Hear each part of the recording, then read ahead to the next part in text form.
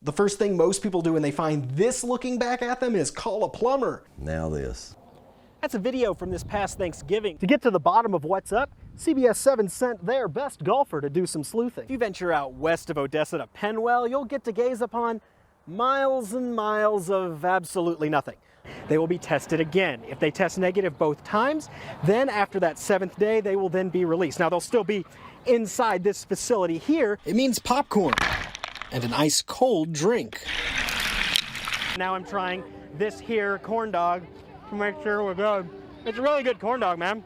You should probably try it sometime. But another problem is that this road, when it was reconstructed, was built too high, which means water can't flow over the road, but instead winds up getting pushed right back into people's houses. And almost as soon as they roll off the truck, they're gone. There are still social distancing measures in place, such as seating, masks, and 6 guests per graduating student.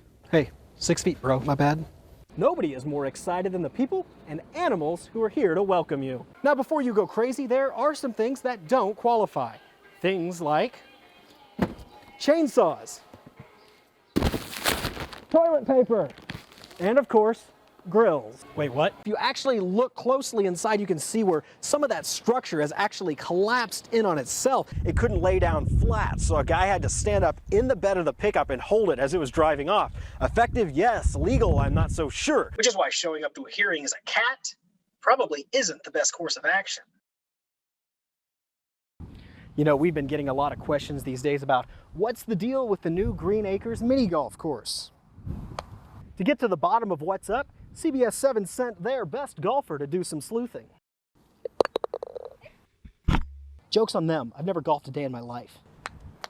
After years of renovations, Green Acres has officially reopened. Hallelujah! It's a relief to be to this point. Jeff Beard is a partner at the mini golf course. There's mini golf and there's putt-putt. They're 2 different things. Whatever. What matters is the course is open and people are excited to try it out.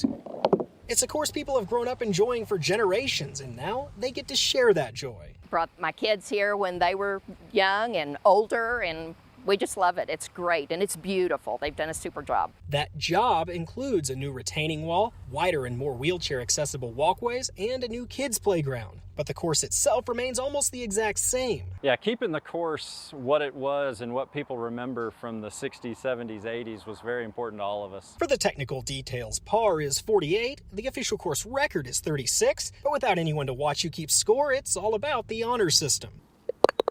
And with beautiful foliage, Green Acres could be the next big thing. Where would you compare, like, this course with something like, say, Augusta or Wingfoot? In my opinion, I would put this up with like the British Open Old Course type. Totally comparable. And as for if people will come back for more rounds in the future? That would be yes. In the bunker, I'm Joshua Skinner. Oh, it's in! CBS 7 News. Yes, it. I know you're excited to get out to Fiesta West, Texas this weekend, but perhaps nobody is more excited than the people and animals who are here to welcome you. It's been a long year for Jimmy Earhart and his sea lions.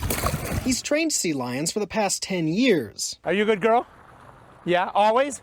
Are you always a good girl? No, that's right. His traveling show works about 20 to 25 events per year. In 2020, he did less than 5, so he had to find another job. I had 5 semi-trucks, all used for sea lions, and put them to work hauling loads. But now the waves of fortune have changed. Earhart is one of numerous vendors and businesses taking part in the 25th edition of Fiesta West, Texas, which will be the largest capacity event in the Permian Basin since Texas reopened in March. Honestly, I was thinking that I'm hoping we can pull off number 25. It was something that, it was a personal, you know, we were all excited about it last year, and I mean, it's been a long journey to get it back going. The carnival will feature music, rides, mega food, pig races, and of course, Jimmy Earhart and his fetching sea lions.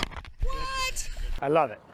Wouldn't trade it for the world. And if his previous stops are any indication, it should be a busy weekend. The people have come out in droves. Every show we've done has been absolutely amazing. Hanging with the sea lions, I'm Joshua Skinner, CBS 7 News. JJ Racaza might be the best pistol shooter in the world. I've been doing it since 1988.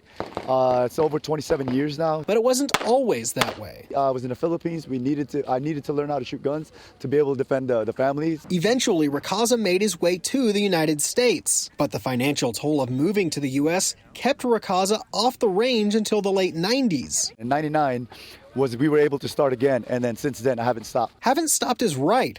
Racaza has won so much he can't keep count. A few. I don't know exactly. And that's why having him here, the first Team Motley Dragons Cup, is so notable. It's the first ever United States Practical Shooting Association event held in West Texas. It drew many of the world's top shooters, and not just men. Women are some of the best shooters because it's a finite thing. To press the trigger is very finite. Everything else is a gross motor skill. Pressing the trigger is a finite skill. So women are better at finite things, men are better at gross. In all, around 300 people from Alaska to Connecticut competed in the event. Having these guys come in and give us such positive feedback, hopefully we can turn this into a match that is an annual match, and we're drawing in those shooters from all over. With an array of unique courses, the event has drawn great reviews. It's been a great challenge. They've done a really good job. This is a great warm-up for some nationals we have coming up. With hopes of drawing more attention and more people into the sport. I don't care how old or young you are. I don't care what your physical stature is. There's a place for you in the shooting world. A place even for journalists. So maybe one day West Texas can supply its own Jesse Harrison or JJ Racaza. I'm in this very lucky position to be where I'm at. At the range, I'm Joshua Skinner, CBS 7 News.